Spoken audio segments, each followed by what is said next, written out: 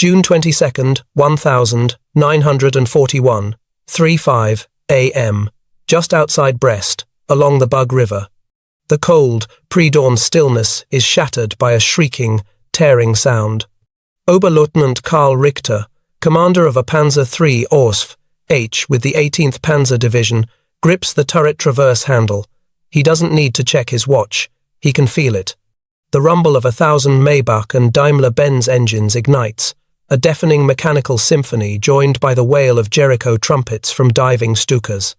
Instantly, the eastern horizon erupts in brilliant orange light as 7,000 German artillery pieces open up as one. Operation Barbarossa has begun. Forward, Richter's voice crackles over the intercom, dry and electric. His 23-ton Panzer III lurches and begins to roll. All around him, hundreds of other steel machines from Guderian's Panzer Group, 2 light Panzer IIs, infantry support Panzer IVs, and Czech-built Panzer 38Ts surge forward. They are the Panzerwaffe, the conquerors. For Richter and his crew, this is just another day's work. They crushed Poland in weeks. They brought the French army, supposedly the strongest in Europe, to its knees in 6. They chased the British off the continent at Dunkirk. Their confidence isn't just arrogance, it has been forged in victory. Target, 11 o'clock. His gunner, Klaus, calls out. Richter squints through the periscope. A Soviet T-26 light tank, an old Vickers design, is frantically backing out of a tree line. It looks like a toy. Fire. Richter's 50mm, Quad 30, 8 litres, 42, a potent, respectable gun, barks a short. Sharp, thump, the armour-piercing shell crosses 600 metres and punches straight through the T-26's paper-thin hide. A second later, the Soviet tank vomits a plume of greasy black smoke. Kill confirmed, Richter says calmly, already scanning for the next target. Keep moving. The opening days of the invasion are a blur of unimaginable success. They push tens, then hundreds of kilometers into Soviet territory. Red Army infantry surrenders in droves. Airfields are shattered with I-16 and SB-2 aircraft still lined up neatly on the tarmac.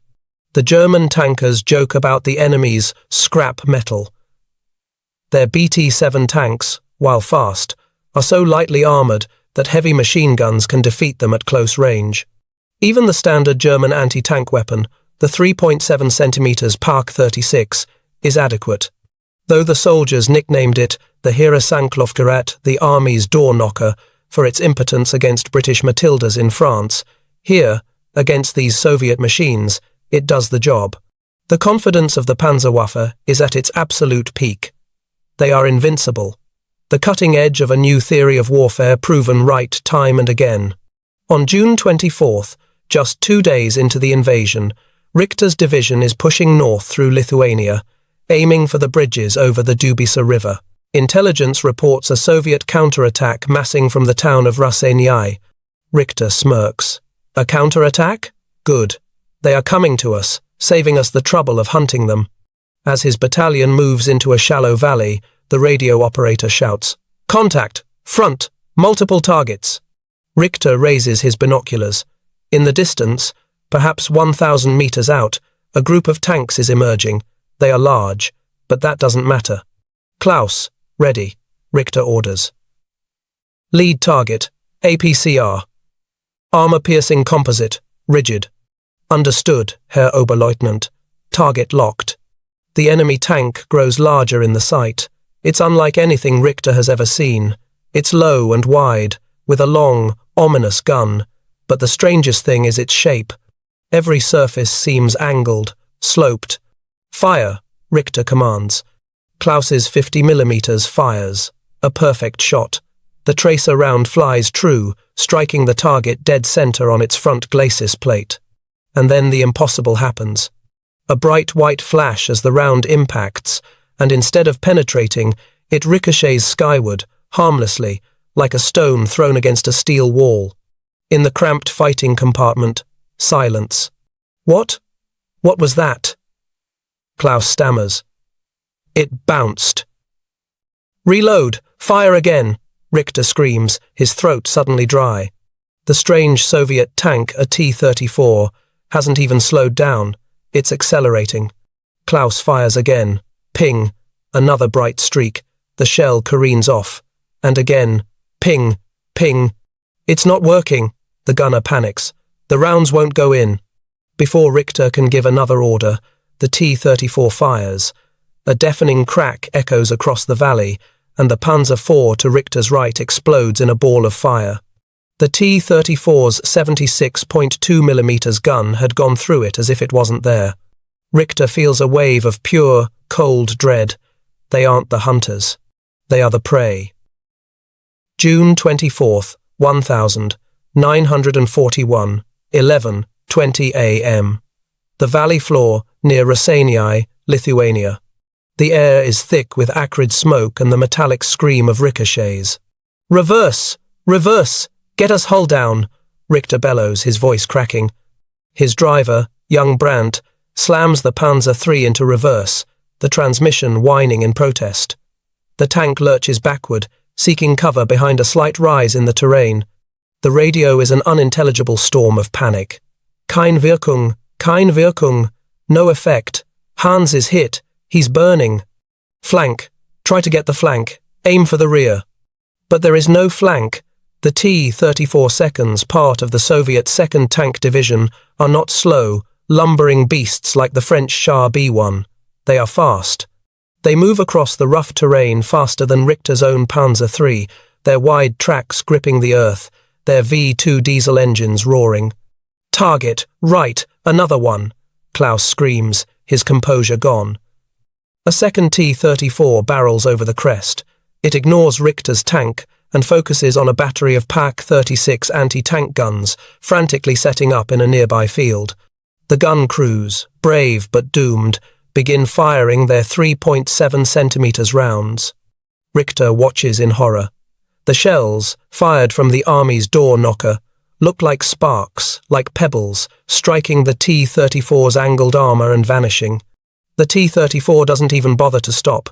It fires its 76.2mm cannon on the move, a feat of stabilization the Germans can only dream of, and the nearest PaK-36 vanishes in a cloud of dirt and shrapnel. The tank then swerves, accelerating, and drives over the second gun position, crushing men and metal beneath its 26-ton weight. Richter feels sick. This isn't war, it's slaughter. And then, the true giant appears. From behind the first wave of T-34 seconds, something else emerges. It is colossal, high-shouldered, and slab-sided, moving with a ponderous, unstoppable squeal thump of immense tracks. Its turret, large and crude, mounts a gun just as large as the T-34's. "What in God's name is that?" Brandt whispers over the intercom. It is a Kliment Voroshilov, a KV-1, and it is heading directly for Kampfgruppe Raus.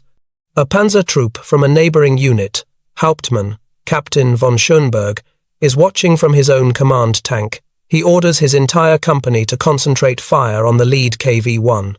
A dozen 50mm guns bark in unison. The air is filled with the ping-ping-ping of high-velocity shells striking the KV-1's 75mm thick flat armor. The KV-1 stops, as if annoyed by the noise. It slowly, deliberately, turns its massive turret toward von Schönberg's company. The German crews watch, their blood running cold. They have hit it, they know they have hit it, but it shows no damage. The shells are simply not working. "It's invincible," von Schönberg murmurs. The KV-1 fires. A high explosive shell screams across the field and obliterates a Panzer II, flipping it onto its back like a dead beetle. It fires again, and a Panzer 38 bursts into flames. This is the birth of Panzer shock. It's not just fear. It is a deep, psychological crisis. The core of German blitzkrieg doctrine is the technological and tactical superiority of the Panzer. It is the spearhead that breaks the enemy, and the infantry follows. But here, at Raseiniai, the spearhead is broken. The weapon that defined their invincibility is now useless. Richter sees a gap. Brandt, full throttle. "Move! We have to get behind it. We have to hit it from the rear." It's their only chance. The Panzer III lurches forward, engine roaring, racing past a burning wreck of a friendly tank. They swing wide, desperately trying to get an angle on the T-34 that is still busy murdering the anti-tank gunners. "We're on its side," Klaus yells. "Range, 300 meters." "Fire, fire." Klaus fires. The 50mm APCR round, a tungsten core PGR-40 specially designed to kill tanks, streaks out and bounces off the T-34's side armor. It is impossible. The T-34 hasn't even noticed them. It didn't go in. Klaus is hysterical. "Sir, it didn't go in." Richter grabs the radio handset, bypassing his own crew, and screams to his battalion commander, "We cannot stop them. Our guns are useless. I repeat, our guns are useless. Pull back! Pull back!"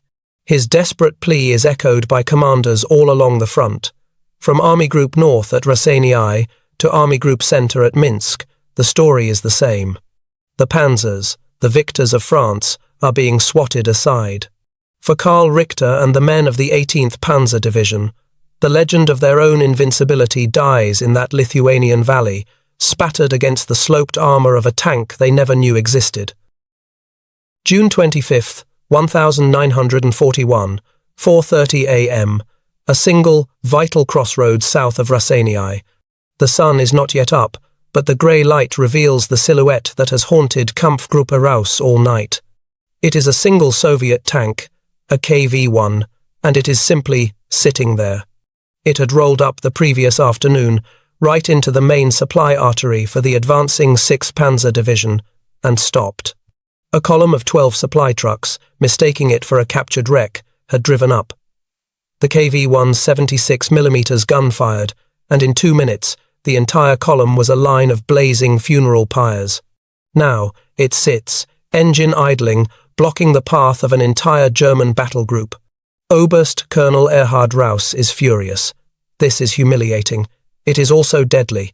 His panzers are running low on fuel and ammunition, and this one metal beast is holding them hostage. "I want it gone," he orders. The first attempt is methodical. A battery of new 50mm Park 38 anti-tank guns, the replacement for the useless 37mm, is carefully wheeled into position 400 meters away in a ditch. "Fire on my command," the battery commander, Hauptmann Gerlach, whispers. At 5:10 a.m., 4 guns fire as one. The high-velocity tungsten rounds streak across the field. Clang, clang, clang, clang. The sound is sickening, like a blacksmith's hammer on a giant anvil. The KV-1 shudders slightly from the kinetic impact. Blue-white sparks jump from its hide. Then, its turret begins to move. "It's turning," a gunner screams. The KV-1's cannon flashes. The high-explosive shell lands directly in the center of the Park 38 battery. The resulting explosion of fire, shrapnel, and mangled steel sends 2 of the guns flying. The crews of the other 2 are shredded. Silence returns, broken only by the low rumble of the KV-1's diesel engine. At 8 a.m., the Germans try again. This time, they bring a heavy 105mm field howitzer, a FH-18, and prepare it for direct fire. This is a weapon designed to lob shells for kilometers, not fight a tank. They load a heavy armor-piercing shell. Fire! The howitzer bucks, and the shell smashes into the KV-1's turret, a direct hit. The explosion obscures the tank in a cloud of black smoke. The German soldiers cheer. The smoke clears. The KV-1 is still there. The shell has gouged a small crater in the armor, but it has not penetrated. The turret is still turning. It fires. The howitzer and its entire crew cease to exist. By noon, desperation sets in. A pioneer combat engineer assault squad, led by Feldwebel, Sergeant Braun, is assembled. Their mission is suicidal. They must carry 5 kilograms, geballte Ladung, concentrated charges, and physically place them on the tank's hull. "Wait for the machine gun. Now! Go! Go! Go!" Braun sprints from cover, his heart pounding so hard it hurts his ribs. The air is filled with the thump, thump, thump of the tank's coaxial machine gun firing blind. He runs, lungs burning, and dives into the ditch beside the road, just meters from the iron behemoth. He can feel the vibration of its engine through the ground.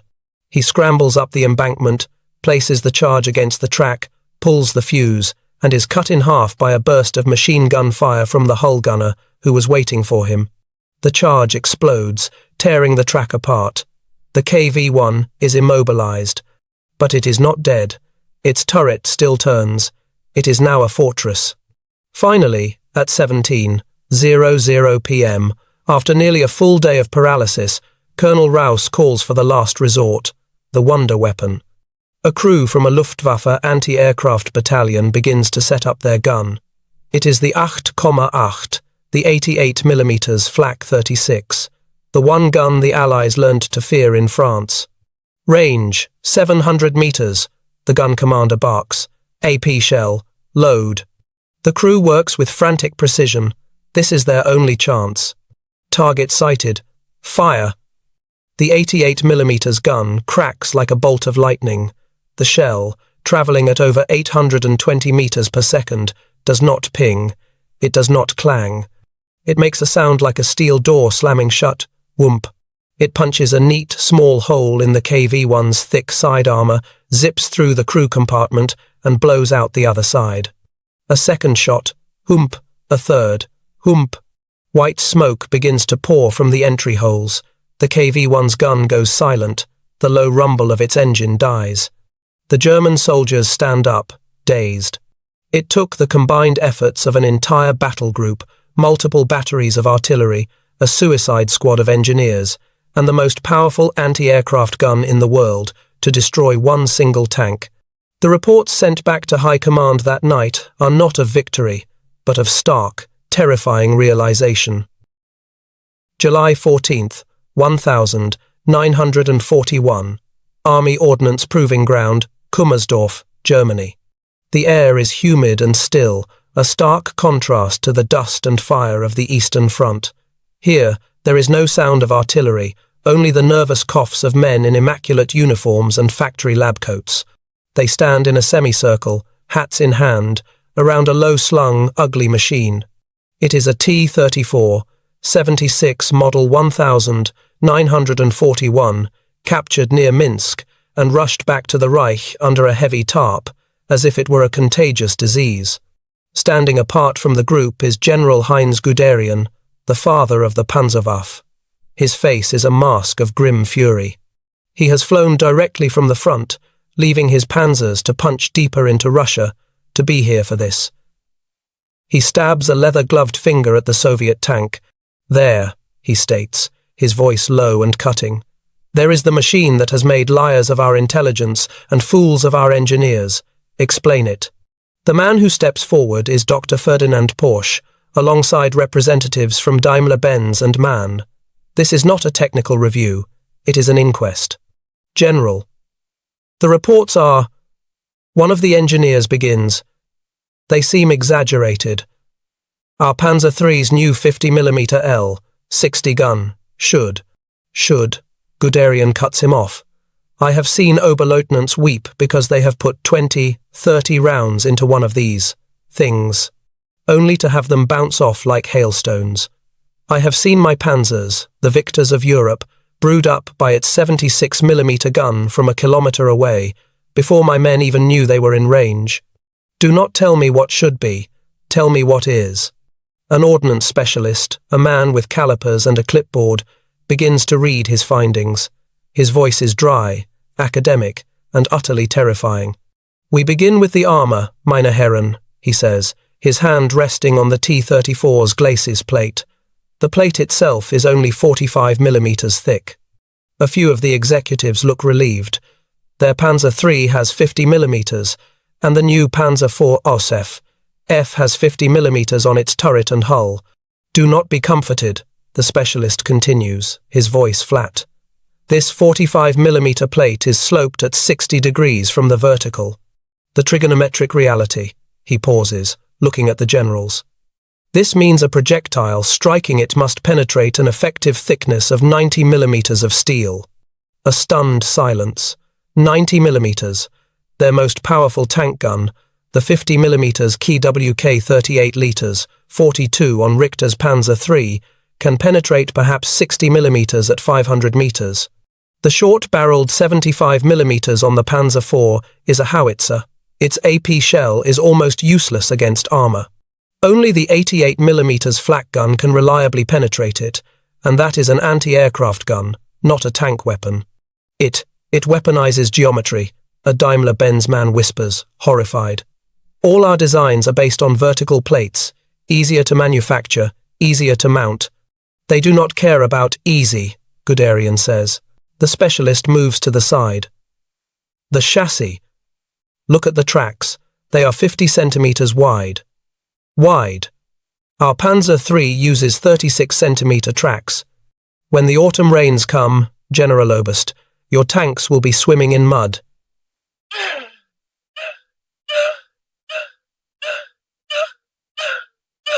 This tractor, he says with a mix of disgust and awe, will float over it. He points to the large road wheels. And this, no complex, delicate bogies like our own. This is a Christie suspension. It is an American design, one we thought was too radical. It allows for incredible cross-country speed. We clocked this damaged vehicle at over 50 kilometers per hour, faster than the Panzer III, far faster than the IV. Finally, they move to the rear of the tank and open the massive engine cover. What lies beneath is the greatest shock of all. It is not a petrol engine, Dr. Porsche says, his professional curiosity overriding his shock. He runs a hand over the block. It is an aluminum block V12, a diesel. The implications hit the room like a physical blow. German Panzers all run on high-octane gasoline. They are gas guzzlers, requiring a massive, vulnerable supply train of fuel tankers. Gasoline is volatile. A penetrating hit almost always means a catastrophic fire, a brew-up that incinerates the crew. This Model V2 diesel engine is lightweight, efficient, and produces immense torque. Its fuel is less flammable, giving the crew a chance to escape. And its operational range. It is nearly double that of a Panzer IV. A lightweight, high-speed diesel, Guderian repeats, shaking his head. We have been trying to develop one for 10 years. They told us it was impossible. They have achieved the impossible trinity, General, the specialist says, closing his notebook. Superior armor, superior firepower, and superior mobility, all in one package. This is the moment the Panzerschock transitions from a battlefield panic to a strategic crisis. The entire foundation of the German war machine technological superiority is a lie. They have invaded a country with a tank that is, component for component, better than anything they possess. The meeting moves from the proving ground to a smoke-filled conference room in Berlin. The question is no longer if the T-34 is superior, but what, in God's name, is to be done about it. We copy it, Guderian states, slamming his fist on the table. We take this captured T-34, we give it to Daimler, and we tell them to build an exact copy. It is the fastest way. The engineers and industrialists are apoplectic. Copy. Copy that. That crude Bolshevik monstrosity. One executive sputters. General, the welding is atrocious. The finish is non-existent. There are gaps in the armor plate you could stick a finger through. And the transmission, another adds, is a catastrophe. We found a hammer next to the driver's station. We believe he literally has to hammer the tank into gear. And the turret, chimes in a Waffenamt officer. It is a two-man design. The commander has no cupola. He must act as his own gunner. He is blind, and he is overworked. He cannot command his tank and fight it at the same time. This is why we are still winning, gentlemen. Our 5-man crews, our superior optics, our radios, our doctrine is what is defeating them, not our machines. The argument rages for hours. To copy the T-34 would be an admission of ideological and engineering failure. It is un-German. A compromise is finally reached. They will not copy the T-34. They will answer it. They will take its principles, sloped armor, a long, high-velocity gun, wide tracks, and a Christie-style suspension, and they will build a German version. A version with a 3-man turret, with Zeiss optics, with a reliable Maybach engine and with a radio. The Panzer Commission is born. Orders are issued to Daimler-Benz and MAN to design a new 30-ton tank. Its project name is Panzer V. It will become the Panther. But the Panther is a dream. It will not see a battlefield until 1943. The crisis is now. The High Command issues a flurry of desperate, stopgap orders. Upgun the Panzer IV. Rip out that short 75mm howitzer and replace it with a long-barreled, high-velocity cannon that can kill a T-34. Now. This will become the KWK 40 liters, 43. Find a way to mount the PAK 47.5 centimeters anti-tank gun onto a chassis. Any chassis. A Czech chassis, an old French one. I do not care. We need mobile tank killers. This will create the Marder series. And the 88. A general shouts. Get every 88mm flak gun we can spare, put it on a half-track, and send it to the front. It is the only thing we have that can stop them. The quick, 4-month war envisioned by Hitler is dead. It died at Rasenii, and its autopsy was performed at Kummersdorf. The war in the East is no longer a blitzkrieg. It is now a material Schlacht, a war of production, of steel, and of survival. The arms race has begun, and for the first time in the war, the Third Reich is not the predator. It is the one being chased. August 24th, 1942, 9:17 a.m. The endless steppe, 70 kilometers southwest of Stalingrad. The dust is the first enemy. It is a fine, yellow powder that clogs the engines, the gun sights, and the lungs.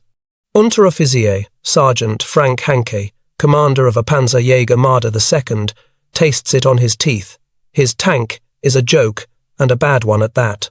It's the chassis of an obsolete Panzer II, a small, weak tank he once drove in Poland. But now, where its tiny turret used to be, a massive 7.5 centimeters PAK 40 anti-tank gun has been bolted, protected only by a thin, open-topped shield. Hanke and his two-man crew are not Panzertruppen. They are Panzerjäger tank hunters, a name that sounds brave, but Hanke knows the truth. You are only the hunter until the prey sees you. In this open-topped, 11-ton coffin, being seen is death. Dust cloud, 2 o'clock. His loader, a 9-year-old named Leo, whispers, his voice dry. Hanke raises his Scherenfernrohr scissor binoculars over the edge of the shield. He doesn't need to. He can feel the vibration through the floor plate. Russians, Hanke says, his stomach tightening.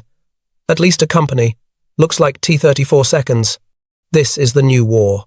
The arrogance of 1941 is gone, replaced by a cold, calculating, and deeply personal terror.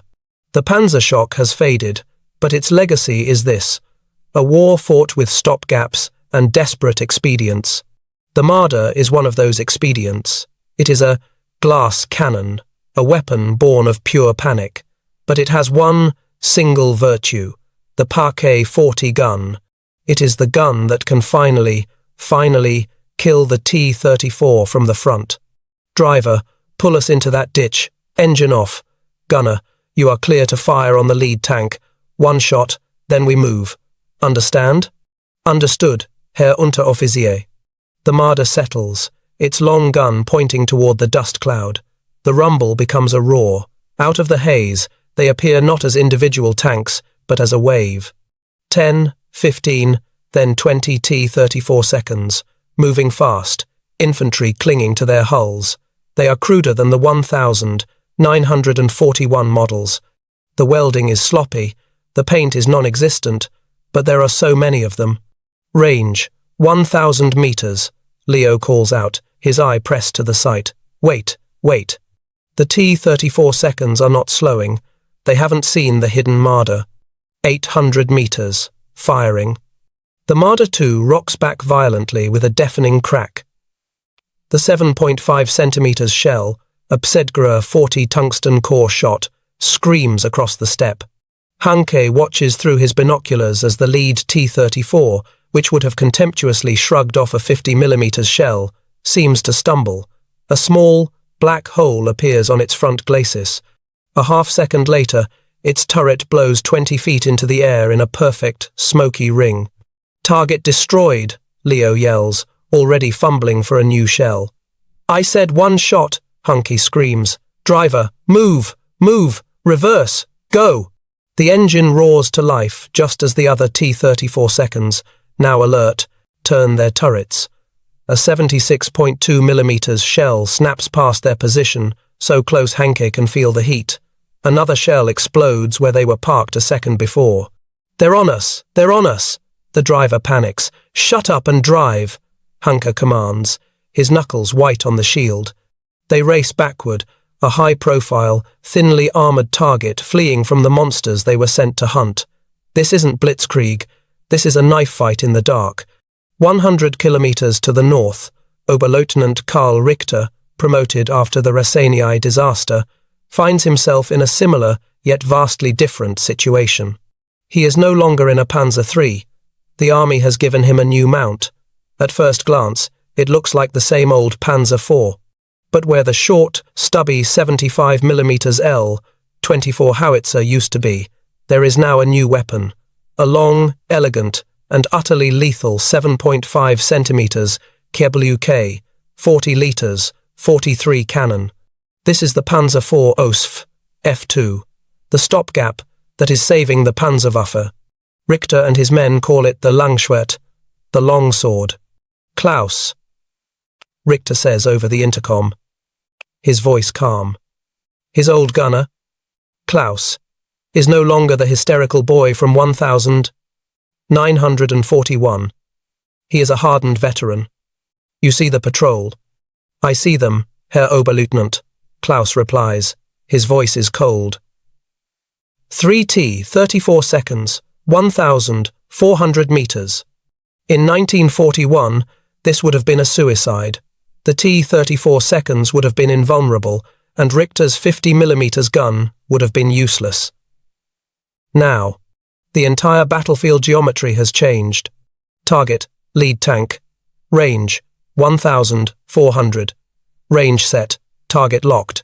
Fire. The Quedlable K-40 barks, a sound much sharper and more powerful than the old 50mm. Richter watches the tracer. It seems to take forever, a red line drawn across the steppe. It strikes the T-34 on the upper glacis. For a moment, nothing. Then, a plume of black smoke. The tank slews to a halt, its driver dead. "Hit," Klaus says, already traversing to the next target. Next. The other two T-34 seconds, confused, fire back. Their 76.2mm shells, so terrifying at Rasenii, fall short, kicking up dirt 200 meters in front of Richter's tank. "They cannot reach us," Richter says, a grim satisfaction in his voice. "But we can reach them. Klaus, fire." Another crack. The second T-34 shudders, and its crew begins to bail out. Black silhouettes against the orange fire building inside. The third T-34 reverses frantically, disappearing into a cloud of its own dust. This is the new doctrine. The longsword Panzer IV, combined with superior German optics and crew training, has evened the odds. The Germans are no longer brawlers, they are snipers. They are using their qualitative edge training and optics to exploit the one weakness of the T-34, its poor sights and overworked two-man turret. They are killing the T-34 seconds at ranges where the T-34 cannot effectively fight back. For a brief, shining moment in mid-1942, it seems like the Panzerwaffe is back. But the Panzerschock had done more than just spur the creation of stopgap weapons. In Berlin, it had infected the High Command with a new, dangerous obsession, gigantism. November 20th, 1942. Hitler's Wolf's Lair, East Prussia. The room is thick with cigar smoke. Hitler, Albert Speer, and Heinz Guderian are leaning over a massive blueprint. The engineers from Henschel and Porsche are present, but silent. This is not the practical, desperate meeting from Kummersdorf. This is something else. The reports from the front are acceptable, Hitler is saying, his finger tracing the design. The new Panzer IV is good, but good is not enough. The Panzer V, he says, tapping the plans for the Panther tank, is the answer to the T-34. It has its speed, its sloped armor, its long gun. It is the perfect medium tank. Guderian nods, relieved. Führer, yes, this is what we need, mass-produced. We must cancel all other projects and build only the Panzer IV and the new Panther. If we can produce 2,000 of these a month. No, Hitler says, his voice suddenly flat. The room grows cold. The T-34 was a shock. Hitler continues, his eyes distant. But the KV-1, that was an insult. A fortress that our weapons could not scratch. I will not have my armies face such an insult again. He moves to another set of blueprints. The design is massive, crude, symmetrical. It is all right angles and thick, flat plates. It is the antithesis of the elegant, sloped Panther. Führer, Speer begins. This is the Panzer VI, the Tiger. It is 57 tons. It is a logistical nightmare. The transmission is untested. It will break down. The engine is underpowered. It will consume 7 gallons of fuel per mile. It cannot cross most of the bridges in Russia. Then it will ford the rivers, Hitler snaps. Or you will build new bridges. But mein Führer, Guderian protests. This is not a Panzer. It is a bunker buster, a static defense weapon. It is too slow. It violates every principle of blitzkrieg. It has 100 millimeters of frontal armor, but it is vertical. We have learned from the T-34 that— You have learned nothing, Hitler shouts, his face crimson. The T-34's armor works because its gun is weak. This, he slaps the Tiger blueprint, will carry the 8.8, the 88 millimeter cannon. It will fear no Soviet tank, and no Soviet tank will be able to penetrate its armor. Not from the front, not from the side. It will be invincible. This is the true, lasting, and fatal legacy of the Panzer shock. The T-34 and KV-1 did not just force Germany into an arms race, they forced Germany into the wrong arms race. The T-34's victory was not just on the battlefield, it was in the mind of the German High Command. It panicked them into a ruinous, schizophrenic production strategy. Instead of mass-producing 1 or 2 good, reliable, simple tanks like the Soviets were doing with the T-34, Germany was now splitting its limited resources to build 4 different, incompatible, and colossally complex machines. The Panzer IV, the proven, reliable workhorse. The Panther, the complex, perfect, answer to the T-34. The Tiger, the over-engineered, resource-devouring, invincible heavy tank. And the Marder, the cheap, disposable tank killer holding the line. The T-34 had turned the Wehrmacht from a flexible spearhead into a production hydra, fighting itself. The war of production has begun, and Germany, obsessed with invincibility, has already lost. The first Tigers are now on trains, heading for the forests near Leningrad. The first Panthers are rolling off the assembly lines, plagued by mechanical failures. A new, titanic clash is brewing. A clash that will decide the war. July 5th, 1943, 4:45 a.m., near Belgorod, the southern shoulder of the Kursk salient. Hauptmann Captain Rolf Werner, commander of a company in the 10th Panzer Brigade, breathes in the smell of new paint, lubricating oil, and ozone. He is sitting in the commander's cupola of a brand new Panzer V, the Panther Ausf. D. It is a beautiful machine, a 45-ton Predator. Its sloped frontal armor is 80 millimeters thick, but at its angle, it offers more protection than the Tiger's 100 millimeters flat plate. Its heart is a long, high-velocity, 7.5 centimeters, Queb UK, 42 liters, 70 cannon, a gun so powerful it's rumored to be able to shoot through a T-34 from one end and out the other. For Werner, a veteran who survived 1,941 inches, a hopelessly outmatched Panzer III, this tank is not just a weapon, it is a vindication. It is the Reich's final, definitive answer. The Panzer shock is a memory. Now, it is their turn to be shocked.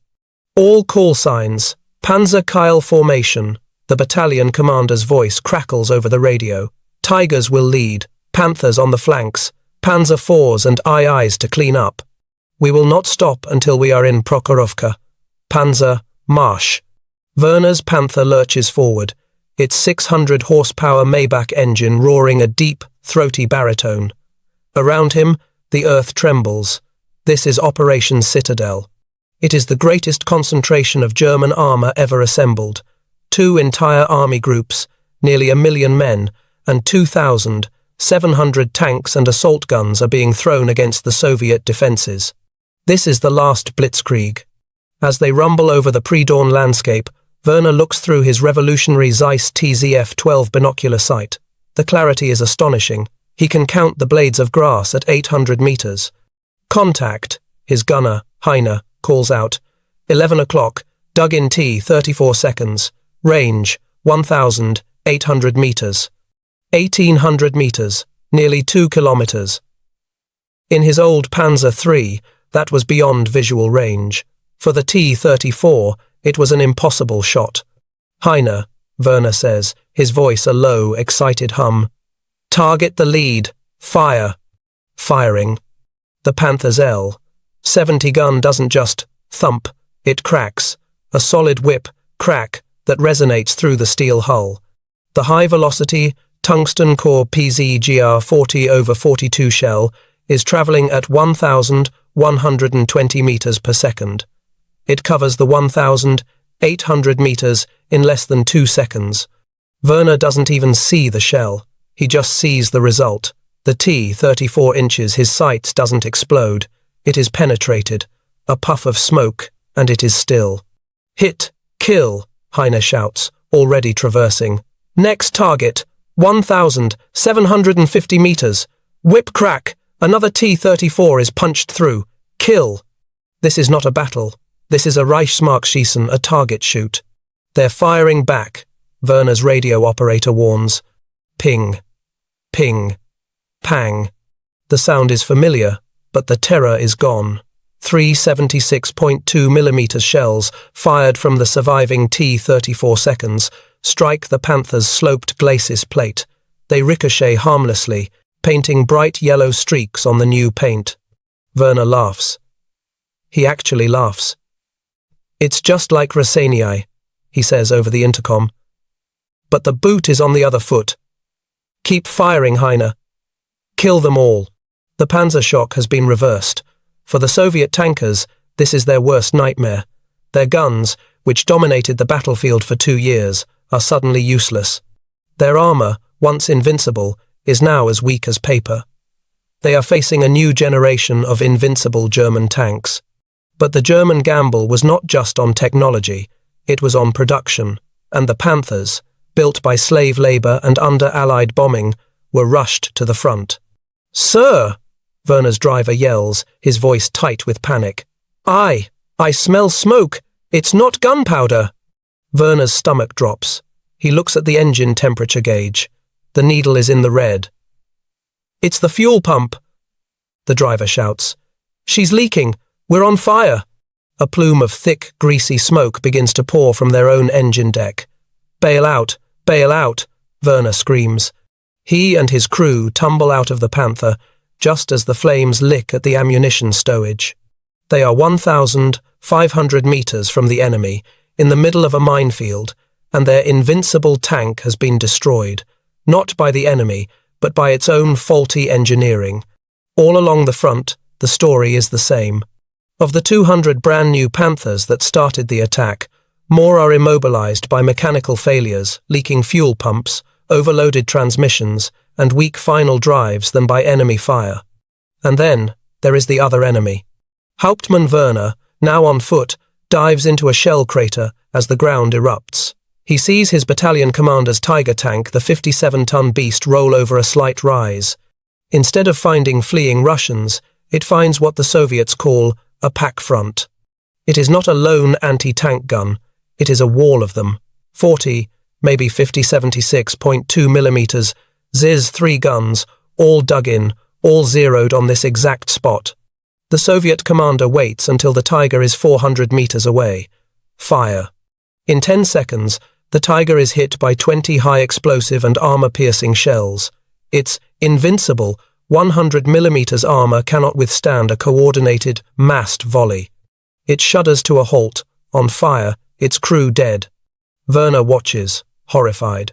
The Germans had built their new tanks to fight the T-34. The Soviets, in their genius, had simply refused to fight a tank-on-tank battle. They had absorbed the German Panzer Kale on a sponge of millions of anti-tank mines and thousands of camouflaged anti-tank guns. The Germans had created a long, sharp sword. The Soviets had created a 20-mile-deep shield of flesh, steel, and earth. And behind that shield, the real army was waiting. On July 12th, at Prokhorovka, the German advance, already bled white by the defences, smashes into the Soviet Strategic Reserve, the 5th Guards Tank Army. It is an ocean of T-34 seconds. For every one Panther or Tiger, the Soviets have 10 T-34 seconds. And they are not sniping, they are charging. They drive straight at the Tigers, at full speed, getting inside their 88mm guns traverse. They slam into the Panthers, sacrificing themselves to get a shot at their weaker side armor. The T-34 seconds are dying in droves, burning in the hundreds, but they just keep coming. The ultimate lesson of the Panzer shock is finally revealed. The T-34's real invincibility was not its sloped armor, which the Germans had copied. It was not its gun, which the Germans had surpassed. It was its simplicity. It was crude, it was rough, and it was loud. But it could be built by unskilled workers in factories in the Urals by the tens of thousands. Germany had created the Tiger and the Panther complex, exquisite and rare predators. The Soviets had created the T-34, the steel rat, a creature that could be easily killed, but one that bred faster than it could be exterminated. At Kursk, the German Panzerwaffe was finally and irrevocably broken. The arms race that began at Rasenii in 1941, the one fueled by the panic of Panzer shock, was over. The Wehrmacht lost, not because their technology was inferior, but because their philosophy was. They had bankrupted their war economy chasing an invincible, qualitative ideal, while the Soviets, in their crude, simple, and overwhelming T-34, had achieved invincible quantity.